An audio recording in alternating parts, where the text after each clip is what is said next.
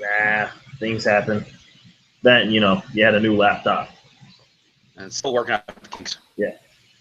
So anyone who winds up watching this live, though so far no one, though we apologize. But yeah, we'll get this party started. What up, John? Hey, sorry we're late, everybody. Yep. Just skip the talk about Magnificent Seven, I guess. Anyway, it was good. Maybe it's the old part of me, but I definitely liked the original. It was enjoyable. It wasn't great.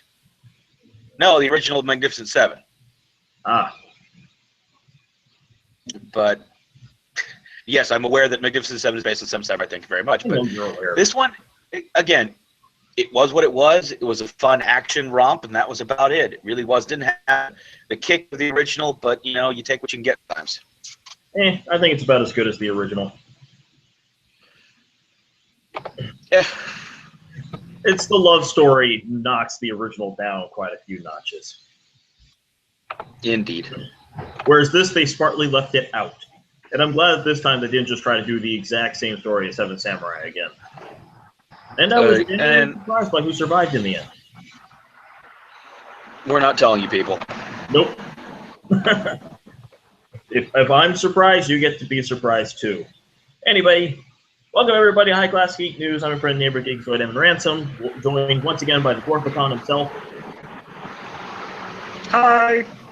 Now with all new laptop. Yes, she beastie. She is a happy beastie. All that foreshadowing finally comes true. Well, honestly, it was funny as hell. This is the longest I've gone without a personal computer in about 30 years. Wow, that's a long time. Yeah, I mean, usually I'd buy a new computer before the old one died out and move everything over and just part out the old one. Now my laptop died, and I don't have the money to buy a new one. I guess I have to save up, and yeah. So happy to have it. Got a really good deal on an MSI, which means Minecraft will no longer bog the hell down. Yay! Yeah, I think I need to get my old one.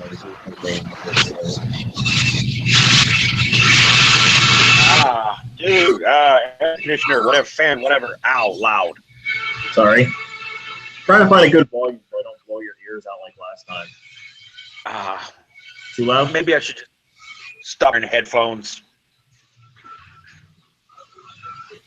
But anyway, this week, Heroes for Orlando.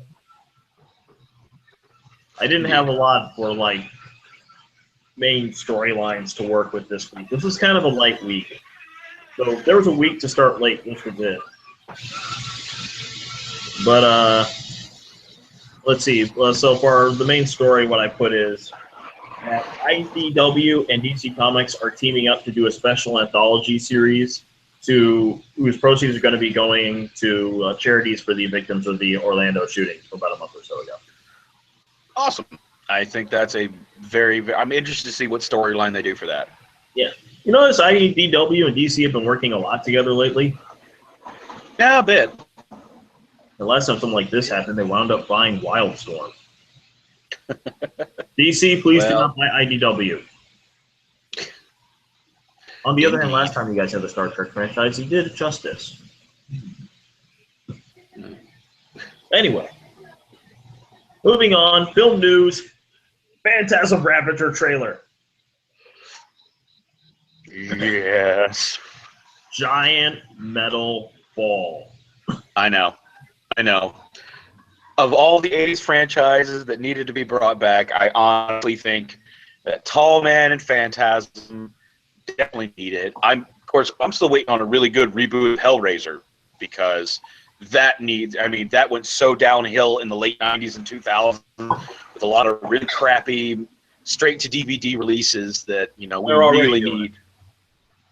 Well, good. We need a good one. Yeah, hopefully this time Clive Barker's involved again. You just shouldn't do Hellblazer without Clive Barker. That's the lesson I think we've learned from the franchise. I think you do without Clive Barker, but I think you need to have somebody who okay, part of what made Hellraiser really good was the fact, yes, it had the gore factor in the 80s, which nowadays you really have to amp up, but it also had this... The gore, I think, was very much a low... Again, the gore factor wasn't the only factor. It really also focused on a good story and a lot of psychological issues, which I think has been taken out of the later ones. Well, I think it's... The gore factor, to me, was like such a small part of it. I mean, when you get right down to it, it's a lot like Quentin Tarantino movies, where the gore and the violence isn't anywhere near as bad as people remember it. Yeah, true. Like in this case, you could argue, yeah, it was still pretty bad, but it was done so quick, your brain barely has time to register it. So, especially for the 80s, I mean, the fact that they did that much gore in the 80s was a big thing. You know, it was tasteful, but it was there. Moving on, David wants to do it, but anyway. Also, we got some Power Rangers news. I wasn't planning to talk about Power Rangers, but I have to admit the new posters they released actually look pretty awesome. No. I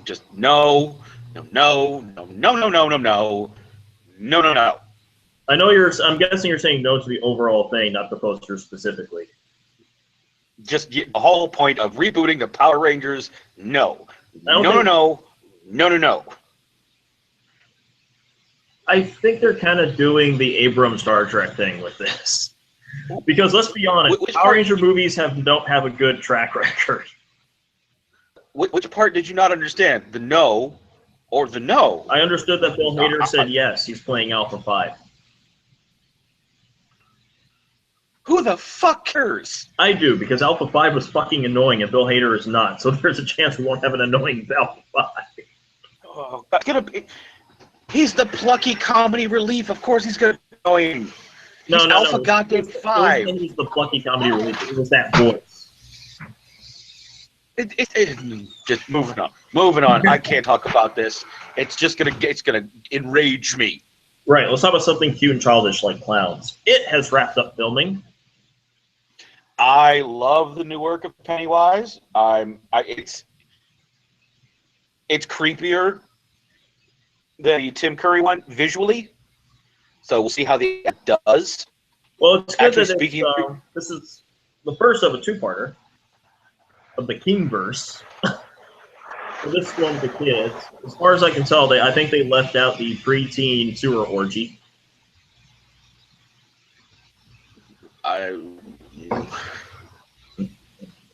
There'd be protests. Ample doesn't want anybody to know who their members are. I will probably go see it, but I definitely may wait till it comes on DVD. That's one of those ones I'm iffy on. I'm good with the guy who's playing Pennywise because he's pretty good at playing. He does two things well: douchebag and creepy. The thing for me is. Go ahead. Yeah, go ahead. The same guy who played the villain in Magnificent Seven. Yeah, it's like thing for me is I have a problem with Stephen King's writing. It's like he starts strong, he gets a good about halfway through, and yeah, then it's like his dick goes limp and he doesn't know what to do anymore. Well, so I've often criticized writing myself. My thing is I think he's possibly one of, if not the best idea man in fiction, particularly dark fantasy. Yeah, I'll agree with you there. Great ideas, horrible execution normally. Yeah, and he keeps falling back on his own cliches. Exactly. I'm like, okay, dude. For coming up with his own cliches, but just because they're your own cliches doesn't stop them from being cliches. Exactly. Talk's a big talk and get a half-hearted toothy BJ, and that's just no fun for anyone. That said, it's not like everything he produced was crap or anything. I mean, for God's sakes, when you've made as many books as he has, you have to have good ones. I like Salem's Lot. I like parts of the Dead Zone. I like Pet Sematary. Cell is really good, surprisingly good. And I like how not everything's wrapped up in a bow at the end. So, when you write so many books and you have that many bad ones, it's like the crappy movie role. The really good actor that plays the crappy movie role that makes all his good role look better. Patrick Stewart, perfect example. It's like this. It's when it comes to his novel writing, Stephen King is an excellent short fiction writer. If he stuck to short fiction, he'd be fine. You know, it's when he gets into novels that becomes the problem. In his defense, you cannot make a living off of short fiction at all. True. Which, well, technically you could nowadays, but you'd have to really get into the TV market. You can only do it if you become a phenomenon with your short writing, and that's always difficult. Well, true, and he did get a start in the 80s, and no one cared about short fiction in the 80s. Let's be honest, the main reason that Stephen King is so successful isn't because of his novels, it's because of the film rights. Yeah, true. Which became so numerous, he literally gives them away to $1 on the condition that you're just starting out. I do love the fact that the promo for Maximum Overdrive was Stephen King telling everybody that no one's done the Stephen King film right, and I decided to take the reins myself, and we got Maximum Overdrive. I love that movie so much. I just remember seeing it and thinking, finally, they killed a kid. I physically can't smoke enough pot to make that movie good anymore. Well, speaking of Stephen King movie rights, his son Joe Hill apparently is on the final talks to sign off the rights to Snapshot 1988. Joe Hill. Oh, that's right. They actually are making a TV show again out of his Lock and Key series. That should be fun. And also the Sandman Slim series may be turned to a series of movies. We will see. TV news. We got a new DuckTales logo. Yeah. Sort of. It's not that different. The new DuckTales I'm sorry. The designer in me is just like, if you're going to go retro, go retro. But don't go retro and then try and make it modern. It doesn't work. Honestly, it's like the same thing with the when they make certain things, like another Superman movie and the X-Men movies, the thought always goes through my head. You already have it perfect. Why change it? Like, we already have the perfect X-Men theme song. That's the 90s one. Just get a fucking orchestra to do it for your film, and you're good. No. I'm sorry. Yes. As much as I love the 90s X-Men, that's not the perfect theme song. It's not. For the X-Men, yes. It gets you pumped. It's so dated it can't be. You can hear it now. Listen to it again. No, you could give it to a full orchestra, have them. You could get to John Williams to have him transpose for a full orchestra, and it would still sound silly. No, you don't give that to John Williams. Give it to Nightwish.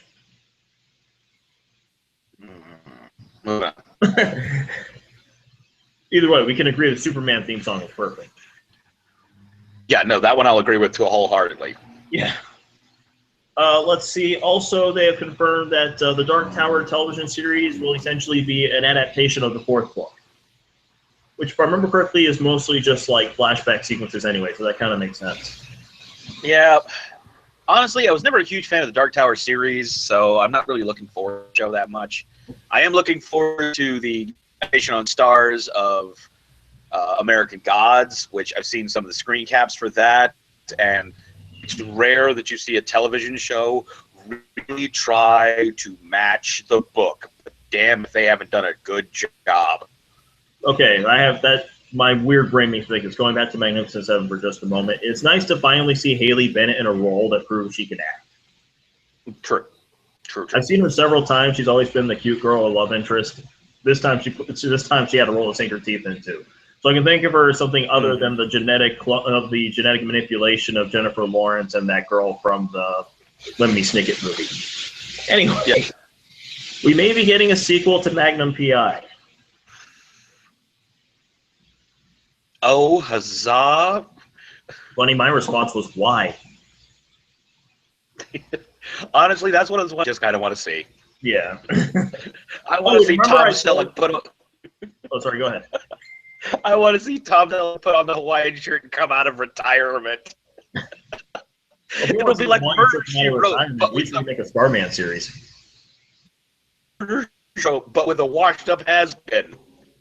If they do Murder, She Wrote today, you'll know they'll make her like 20 years old and like a young ingenue who's really good at solving mysteries. Oh, I mean, if they redid, Murder, She Wrote now, the only person that could, God, who could play that would be, God, what's her name? Maggie. Yeah, but they wouldn't. They try to make her young and hip. You know what they will do? They'll try to say she's bisexual now to get the market. Remember I told you about that comic book series about the town made up entirely of hardened criminal? Yeah. Out of it. What now? They're making a television series on Hulu out of the comic. Oh, nice. That'll be good. Yeah. Well, it's also good because the main three very, very autistic son, one of the criminals.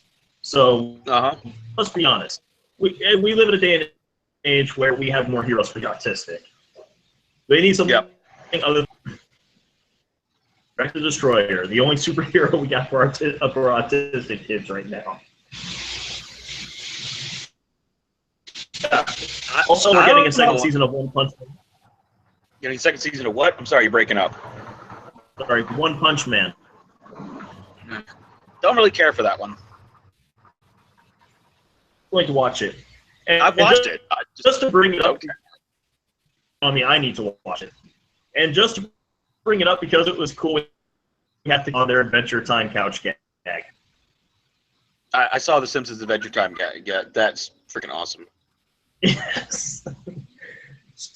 It's been, what, 25 years and they still haven't run out of new ways to do that couch gag? Amazing. My favorite one was when they brought in the animators from Morty to do it. Oh my God, Morty the Simpsons! What, you killed the Simpsons? We gotta fix this, Morty! Bart at the end, no more guest animators. Oh, I was just waiting until they go Terry Gilliam on it. Oh, God, that's sad news this week. Oh, we'll get to it. Video game news. We got some new information on Death Stranding, a.k.a. the Norman Reedus naked game.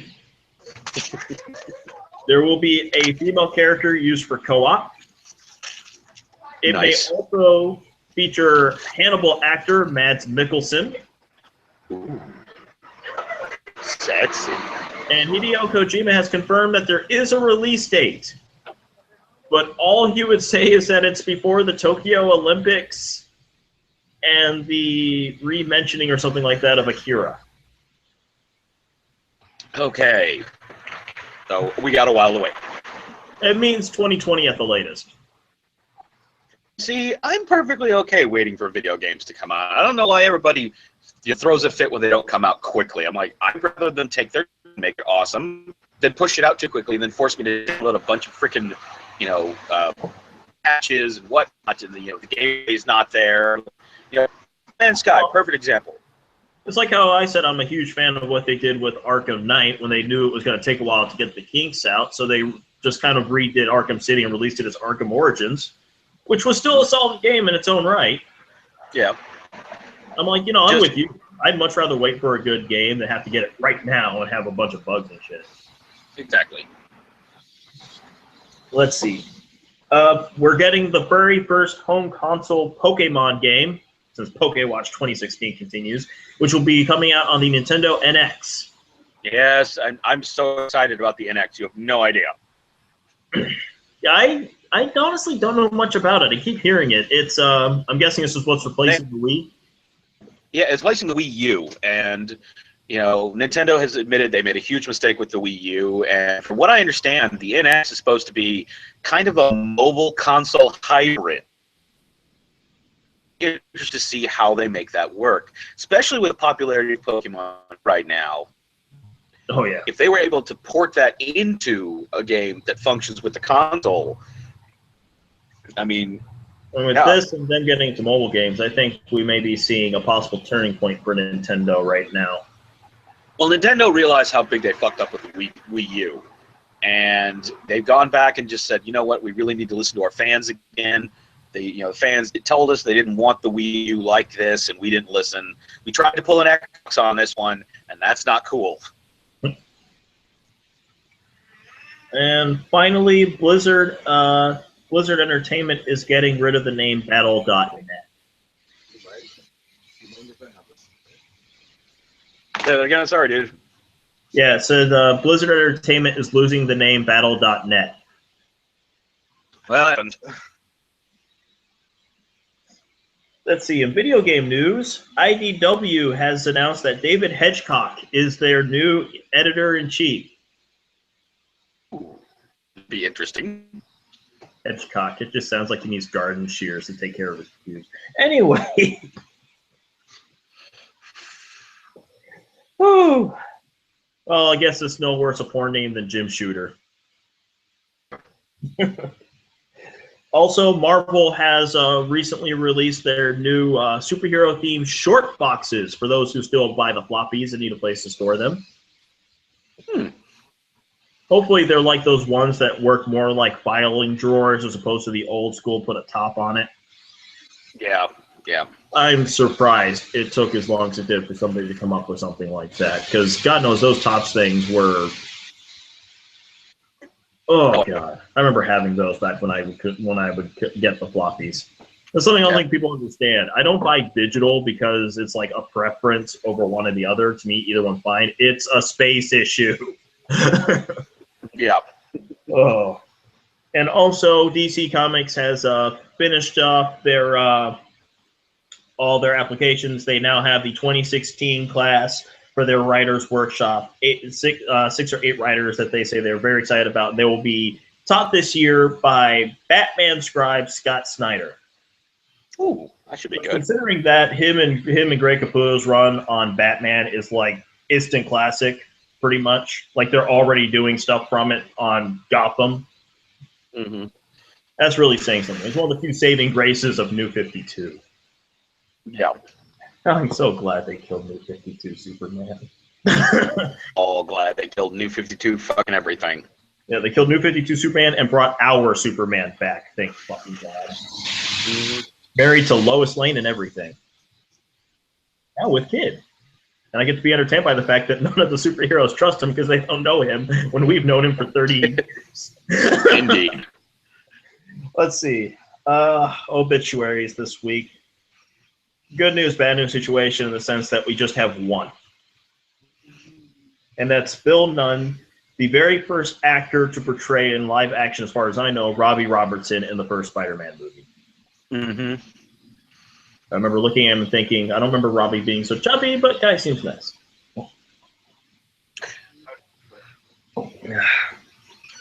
We got some science. Science!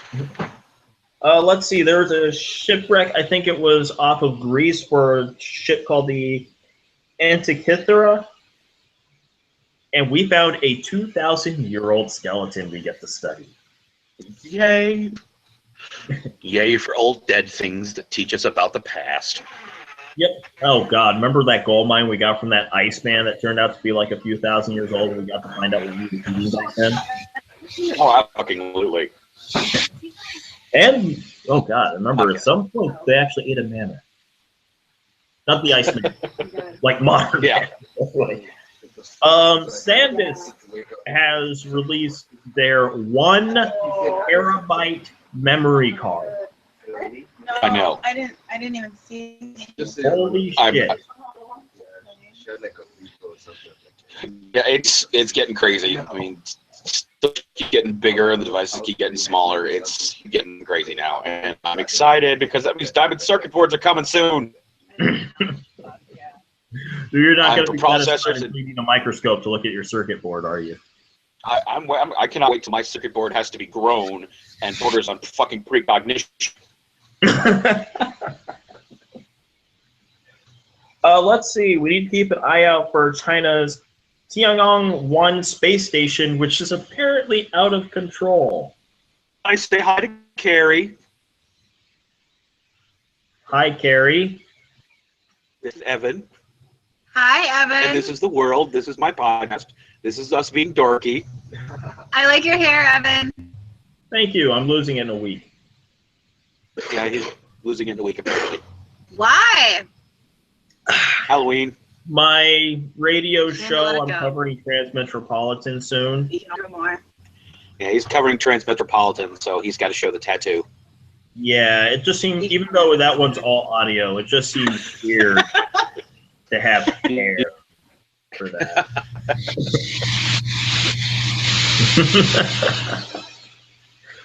Moving on. That was a fun one. That's a fun. We have Harry's always learned a fun. there's a fungus in our stomach, which may be partially responsible for Crohn's disease. Oh, that would make sense. The last thing you need is fungus in your gut. Also, apparently, we are still leaking oxygen out into the atmosphere.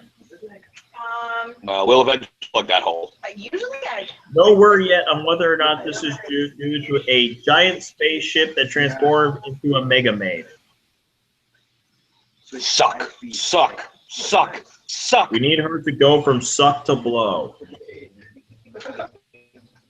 That's the same combination as on my luggage.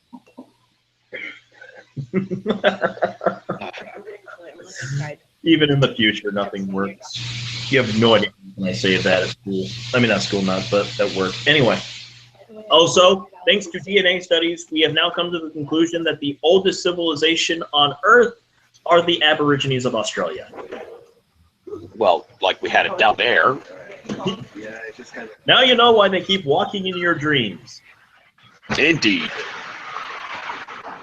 Especially if they happen to be mutants that teleport people with the... Anyway. Moving on. Crap, where'd I put it? Okay. Gallery time. As we move on to miscellaneous. I love that this got announced shortly after our last show, John. That's Actually, there's one more bit of science news that we haven't brought up. Oh, what is that? Well, NASA has teased that they have a major announcement involving the moon Europa coming out this week.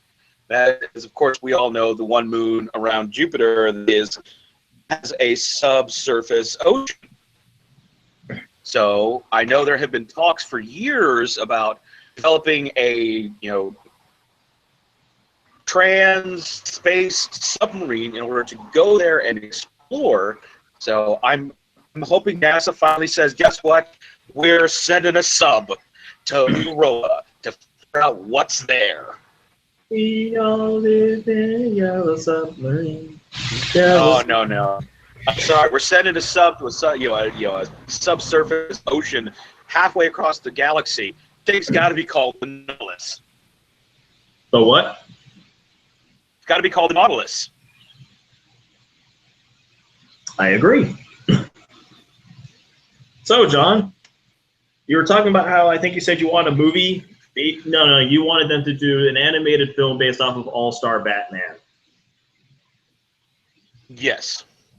Well, I can't give you that, but I can give you this lovely statue. It's Crazy Steve! Here we go, another angle. Yep, Yep, Crazy Steve. Yep.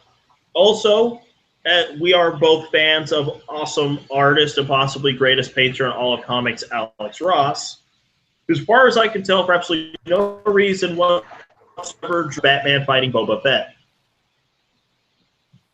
Well, duh, why wouldn't you? Let's see, in other news, gorillas are now on Instagram.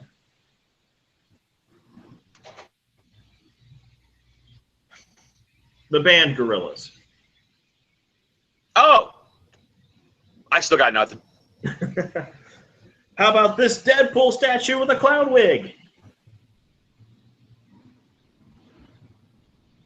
Okay, that may need to get purchased. And also, I have to give them credit. I didn't know this was possible, but they have made a chibi Harley Quinn figure based off of the movie, the one with the more revealing outfit, and somehow just made it adorable.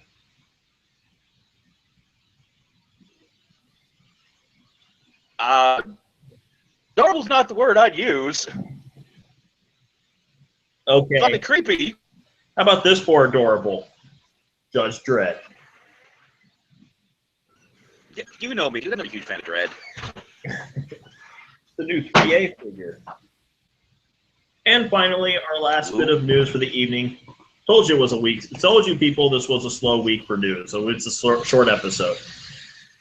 Sadly, Monty Python alum Terry Jones has been diagnosed with dementia. Well, no, he's just revealed the diagnosis. Apparently, he's been with it for years.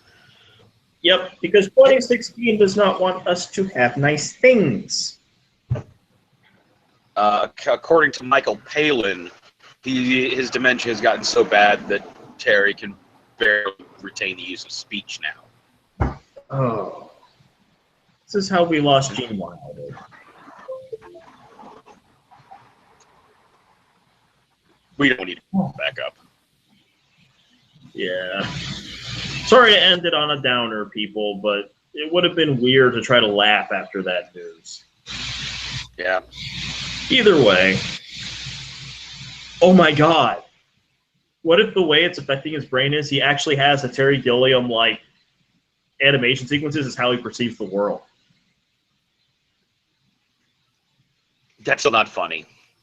I wasn't thinking funny. I was just hoping that would give him some kind of solace in his state. Well, we can only hope that he is comfortable. Yeah, I know as I do. This has been... I am sick of losing people this year. I know it's not like personal friends with any of the celebrities, but we have a special connect. It feels like so many people that we as a whole have a special connection with, we've lost this year. And it just seems horrible and sad and more than a little disturbing. Yep. Like, this is the closest thing I've seen to anything that could make me believe that maybe the Book of Revelations is right, because this is starting to feel a little bit too much like a rapture. See, I can't believe the Revelations, but it makes me think that, when dolphins start appearing, I'm going to get concerned the Vogon constructor fleet is coming. Yeah, I can't deal with bureaucracy. I'm not going to lie. If there's one thing where even I have to admit I probably get killed, it's the Hitchhiker's Guide to the Galaxy apocalypse. I would get killed in Ragnarok, but at least I can go down fighting in that one. Indeed. But the news is done and my coffee is gone, so we're going to have to leave you this week, folks. But we, of course, will be back next week with a whole new batch of news. 9 o'clock Eastern Standard Time, as always. I'm a friendly neighborhood geekazoid, Evan Ransom. I've been joined this week by the Dwarficon himself. Night, everybody! Yep, go see Magnificent Seven. It's worth it just for Vincent D'Onofrio. Man has a right to get back his stuff when someone takes it from him.